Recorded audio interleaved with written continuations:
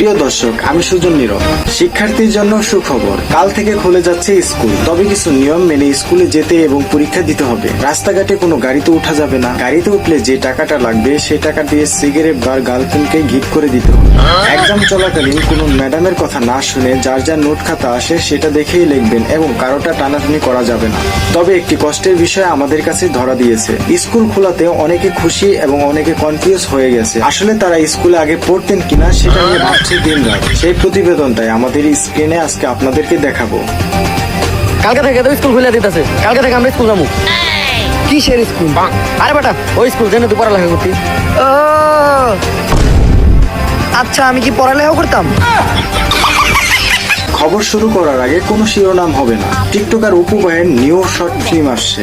সেটা শুনে জনগণ পাগল বেশে সিনেমা হলে দিকে যাচ্ছে। একসময় জনগণ সিনেমা হলে পৌঁছিয়ে দেখে সেখানে কোনো অপু ভাইয়ের শর্ট ফিল্ম নেই। তাই তারা সরকারকে হুমকি দিয়েছে, যদি অপু ভাইয়ের শর্ট ফিল্ম সিনেমা হলে না দেখায় তাহলে তারা কখনো বিয়ে করবে। আর সেটা দেখে জেন্সি মন খুবই কষ্ট পেয়ে হিরো আলমের কাছে কষ্টটা শেয়ার করে। জেন্সি মনের কষ্ট দেখে হিরো আলম সিদ্ধান্ত নিলেন আর কখনো সে গান গাবে না। হিরো আলমের এই সিদ্ধান্তে সরকার খুবই খুশি হয়ে তাকে জেলখানায় আটক করল।